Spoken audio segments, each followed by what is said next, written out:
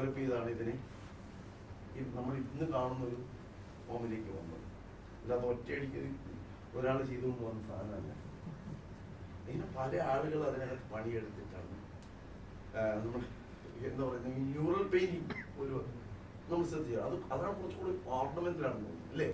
Mural painting ഭയങ്കര ഇതാണ്. നമ്മുടെ ക്ലാസിക്കൽ കലകളെ നമ്മൾ എടുത്ത് വെച്ചത് നമ്മുടെ ഭയങ്കര ഇങ്ങനെയല്ലേ അല്ലേ? ഭൂമി പക്ഷെ നമുക്ക് പുറത്തേക്ക് പാശ്ചാത്യവും ഒക്കെ അതിനൊക്കെ വ്യത്യാസമുണ്ട് അല്ലേ? ഇതേ സംഭവം തന്നെ ആക്ടിങ്ങിനകത്തും വളരെ റിയലിസ്റ്റിക് ആയിട്ടുള്ള ഒരു ആക്ടിങ്, വളരെ ശൈലീകൃതമായിട്ടുള്ളൊരു അഭിനയ രീതി. പിന്നെ ഞങ്ങളിന്ന് പലപ്പോഴും അപ്ലൈ ചെയ്തിട്ടുള്ള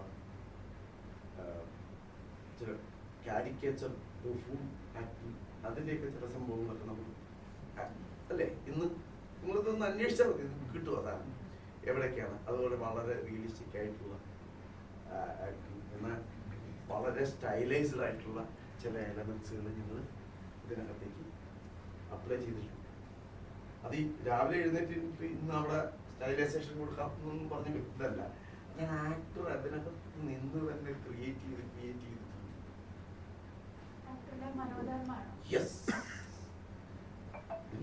ഓഡിയൻസ് ക്രിയേറ്റീവ് ആകുന്നത് പോലെ ആക്ടറും ക്രിയേറ്റീവ് ആവുന്നുണ്ട്. അതാണ് ഈ പ്രോസസ് എന്ന് ഞാൻ പറഞ്ഞത്. പിന്നെ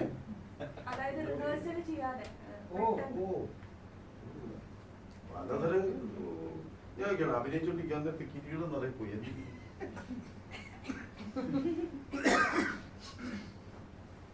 അവിടെ അപ്പൊ മനോധർമ്മം ആവശ്യമായിട്ട് വരും. ഞാൻ ഒന്ന് ജസ്റ്റ് ഒരു ഇത് പറഞ്ഞതാ.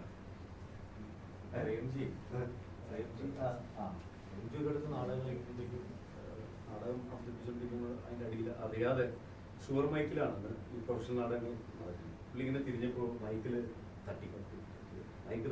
അപ്പോൾ ആളുകൾ പോകാൻ തുടങ്ങി. പുള്ളിക്ക് അറിയാതെ തട്ടിയതാ. പുള്ളി അപ്പോൾ അത് വിട്ടു. അടുത്ത സീനിൽ പുള്ളി എൻ്റർ ചെയ്ത സമയത്ത് പുള്ളി ആദ്യം വന്ന് ചെയ്തത് മോളെ വിളിച്ചിട്ട് തിരിച്ചു പോകുമ്പോൾ മനഃപൂർവ്വം ഒന്നും കൂടി അത് തട്ടി. എന്നിട്ട് പറഞ്ഞു, മോളെ നിന്നോട് ഞാൻ എത്ര നാളായി പറഞ്ഞു ഈ ഭസ്മക്കോട്ട ഇവിടെ നിന്ന് അഴിച്ചു മാറ്റി.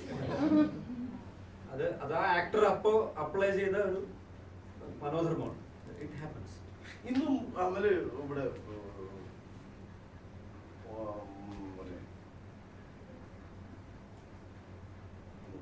വലിയ റീത്ത് തെണ്ടി ആക്ടർ അവിടെ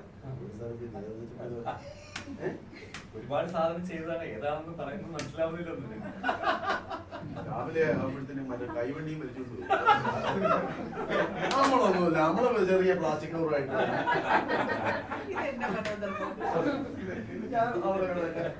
കവർ നമ്മള് കവറുമായിട്ടാണ് വരുന്നത്.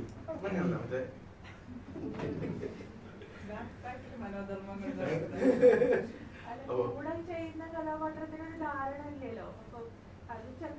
അയാളും അത് റിയാക്ട് ചെയ്യാൻ പ്രാപ്തനാണ്. അതാണ് ആക്ടിങ് റിയാക്ടിങ് എന്ന് പറയുന്നത്.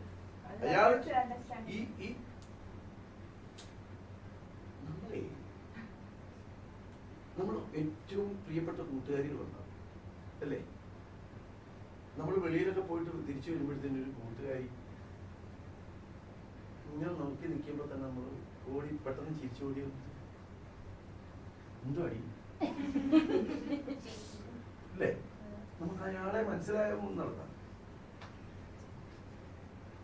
എന്നതുപോലെ ഞാനും അമലും ഇത് വർക്ക് ചെയ്യുമ്പോഴത്തേന് ആ ഒരു കെമിസ്ട്രി അവിടെ ഉണ്ട്. അതെങ്ങനെയാണ് എന്ന് ചോദിച്ചു കഴിഞ്ഞാൽ ഇങ്ങനെയൊക്കെയാണ് എന്നുള്ളത് നമ്മളത് ബോധ്യപ്പെടുത്തിയില്ലേ? നിങ്ങൾക്കത് കിട്ടിയില്ലേ? ആക്ഷൻ റിയാക്ഷനിലൂടെ അല്ലേ? അപ്പൊ ആക്ടർ അലേർട്ടായിട്ട് നിന്നിട്ടാണ് ഇതെല്ലാം എടുക്കുന്നത്. നിങ്ങൾക്ക് നമ്മളൊരു തീ മാത്രമേ കത്തിച്ചു വെക്കുള്ളൂ.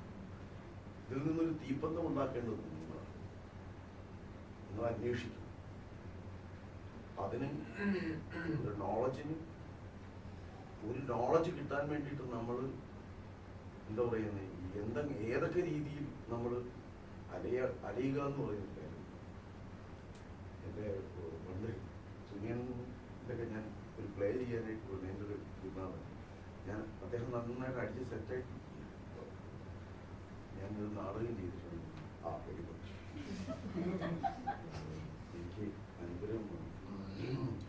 MBBS പഠിക്കുമ്പോഴാണ് ശസ്ത്രക്രിയ ചെയ്ത് പഠിക്കുന്നത്. പൊളിഞ്ഞി പിന്നെ എങ്ങനെയെങ്കിലും അവിടെ നിന്ന് പോയേ പറ്റത്തുള്ളൂ എന്ന് എനിക്ക്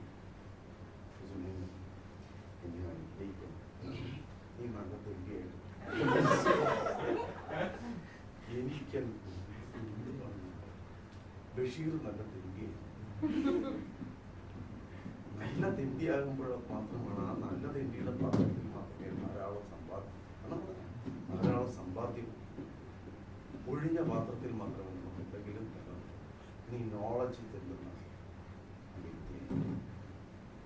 അതാണ് ഉദ്ദേശിച്ചത് അല്ലേ? നമുക്ക് നീ അന്വേഷിക്കുന്നവനാകുക എന്നുള്ളതാണ് അതുകൊണ്ട് ഉദ്ദേശിച്ചത്.